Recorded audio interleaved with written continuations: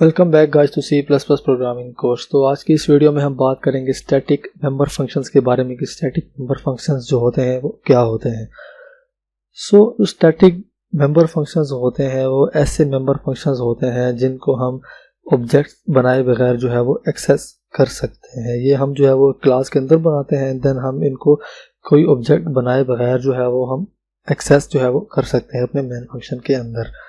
Usually जब हम member function बनाते हैं किसी भी क्लास के अंदर तो हम उनको ऑब्जेक्ट के बगैर जो है वो एक्सेस जो है वो नहीं कर सकते किसी भी क्लास के अगर हमने मेंबर फंक्शन जो है वो बनाए हैं।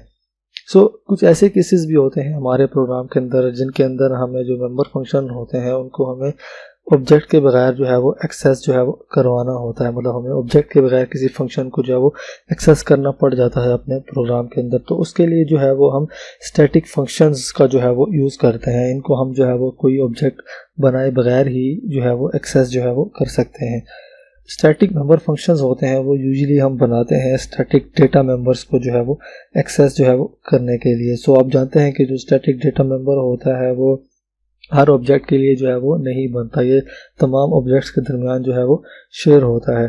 जो स्टैटिक डेटा मेंबर होता है वो जैसे ही प्रोग्राम एग्जीक्यूट होता है तो वो जो है वो डिफाइन हो जाता है। तो हमें चाहिए प्रोग्राम में चाहिए होता है कि हम जो है वो स्टैटिक डेटा मेंबर को जो है वो एक्सेस कर लें कि ऑब्जेक्ट को क्रिएट करने से पहले ही जो है वो हम स्टैटिक डेटा मेंबर को जो है वो एक्सेस कर लें। तो उसके लिए जो है वो हम यूजुअली स्टैटिक मेंबर फंक्शंस का जो है वो यूज़ करते हैं।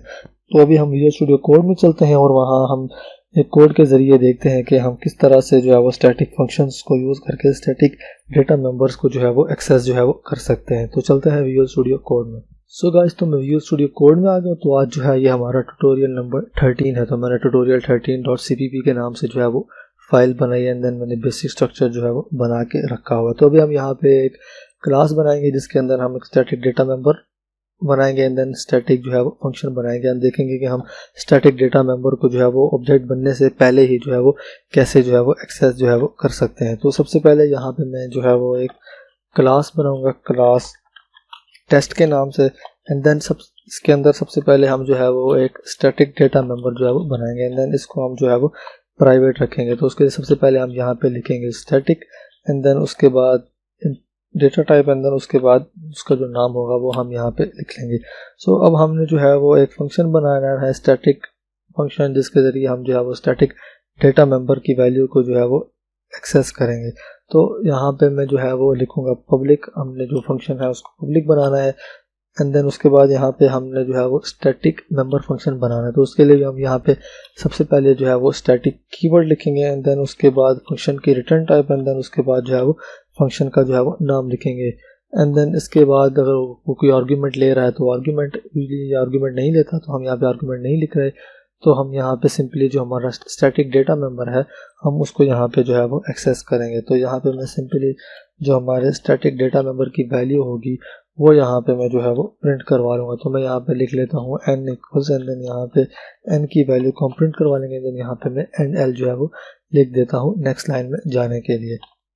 अब हम यहाँ पे जो है वो जो स्टैटिक डेटा मेंबर बनाया है हमने उसको यहाँ पे किसी वैल्यू से जो है वो इनिशियलाइज, मतलब उसको डिफाइन भी करना है। तो यहाँ पे हम जो है वो उसको डिफाइन करेंगे। तो सबसे पहले हम उसकी डेटा टाइप लिखते हैं, फिर क्लास का नाम, फिर उसके बाद scope resolution operator and then उसके बाद जो हमारे data member static data member का नाम है वो लिखते हैं एंड देन उसको किसी वैल्यू से जो है वो इनिशियलाइज जो है वो करवा देते हैं। तो मैं इसको यहाँ पे 10 से जो है वो इनिशियलाइज जो है वो करवा रहा हूँ। तो जैसे ही हम जो है वो इस स्टैटिक डेटा मेंबर को जो है मेंबर फंक्शन को एक्सेस करेंगे तो हमें यहाँ पे n की वैल्यू जो है वो 10 जो है वो प्रिंट हो जाएगी। तो हम यहाँ पे स्टैटिक मेंबर फंक्शन को जो है वो एक्सेस कर रहे हैं तो हमें उसके लिए किसी ऑब्जेक्ट को बनाने की ज़रूरत नहीं है। हम सिंपली यहाँ पे स्कोप रेजोल्यूशन ऑपरेटर का जो है वो यूज़ करके स्टैटिक मेंबर फंक्शन को जो है वो एक्सेस जो है वो कर सकते हैं। तो मैंने यहाँ पे आप देख सकते हैं कि सबसे पहले क्लास का नाम लिखा है, फिर स्कोप रेजोल्यूशन ऑपरेटर एंड फिर उसके बाद जो हमारा फंक्शन है स्टैटिक मेंबर फंक्शन उसका नाम लिख के उसको जो है मैंने एक्सेस जो है वो कर लिया है। तो अभी यहाँ पे मैं इसको रन करूँगा तो हमें यहाँ पे